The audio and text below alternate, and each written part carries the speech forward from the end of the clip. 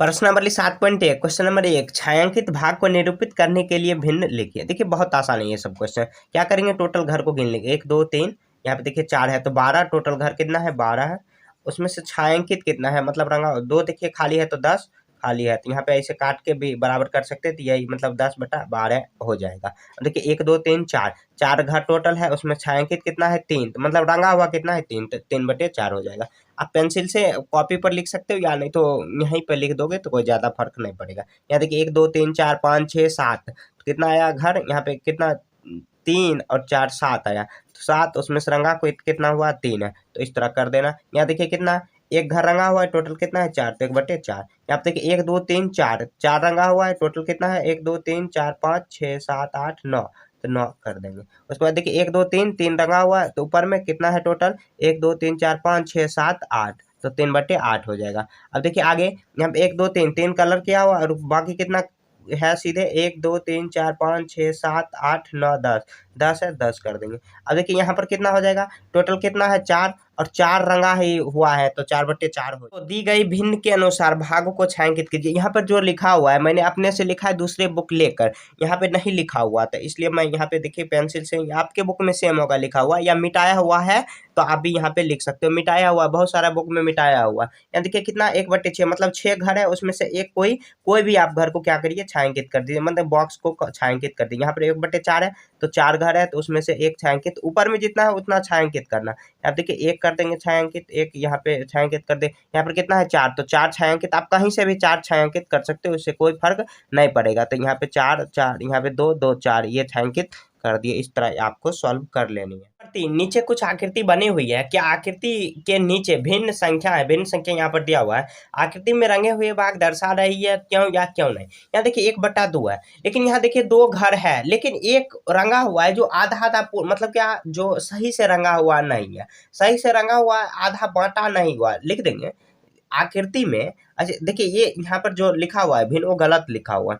आकृति में छायांकित भाग सही से नहीं है, छायांकित भाग सही से बांटा हुआ नहीं है, सही से बांटा हुआ नहीं है, बांटा हुआ नहीं है, इसलिए यह भिन्न गलत दर्शा रही है, गलत दर्शा रही है।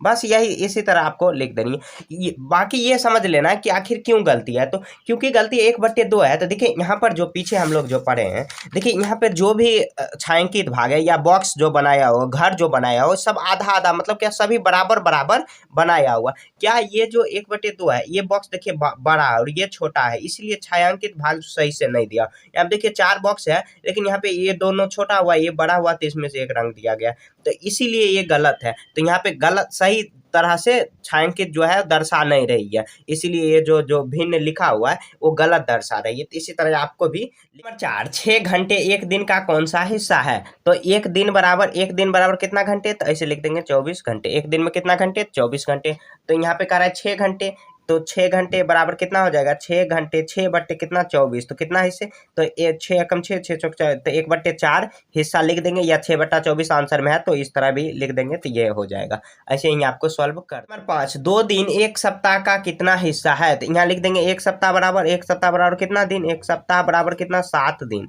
7 दिन होता है, तो क्या कितना है 2 दिन, तो 2 दिन बराबर 2 बटे कितना आ जाएगा 7, तो यही इसका हिस्सा हो गया। इस तरह आपको सॉल्व कर देंगे। क्वेश्चन नंबर 6 सोनू सलमा और आर्या मिलकर 2 सैंडविच खरीदते हैं। 3 देखिए लोग हैं, सोनू सलमा और आर्या मिलकर 2 सैंडविच खरीदते हैं, एक सब्जी वाला और एक दूसरा जैम वाला। तो यहाँ देखिए 2 सैंडविच बना लेते हैं। ऐसे समझाने के लिए मैं बता दे रहा हूँ, देखिए सैंडविच हमेशा गोल ही होता है, तो यहाँ पे देखिए सैंडविच है, और उसके बाद यहाँ क्वेश्चन नंबर ए में करा कि वह तीनों को उन्हें किस प्रकार बांटे ताकि प्रत्येक हिस्सा मिले। देखिए 3 लोग बांटना है, तो क्या करेंगे 3 भाग इसको कर देंगे, 3 भाग यहाँ पे कर देंगे, तो ऐसे कर सकते हैं हम लोग।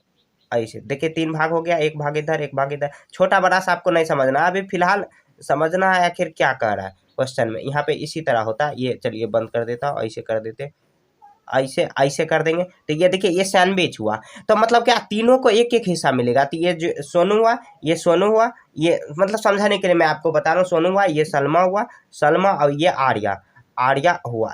आपको यहाँ देखिए इसमें भी सोनू सोनू ये सोनू, उसके बाद ये सलमा हुआ, सलमा सलमा, उसके बाद कितना आर्या आर्या है। तो मतलब कि देखिए कितना टोटल पार्ट हो गया, 1 2 3 4 5 6 7 8 9। तीनों को उन्हें किस प्रकार बांटे ताकि बराबर मिले। तो ऐसे कर सकते हैं। यहाँ पे देखिए एक भाग इस सैंडविच का, यहाँ पे देखिए एक भाग, ऐसे एक भाग प्लस एक भाग, तो यहाँ पे कितना भाग, 2 भाग हो गया, 2 भाग मिलेगा। तो कितना में से, तो 2/9 हो जाएगा। तो टोटल देखिए 1 2 सॉरी 6 हो जाएगा, 1 2 3 4 5 6 6, तो 2 मतलब क्या, देखिए 6 भाग है।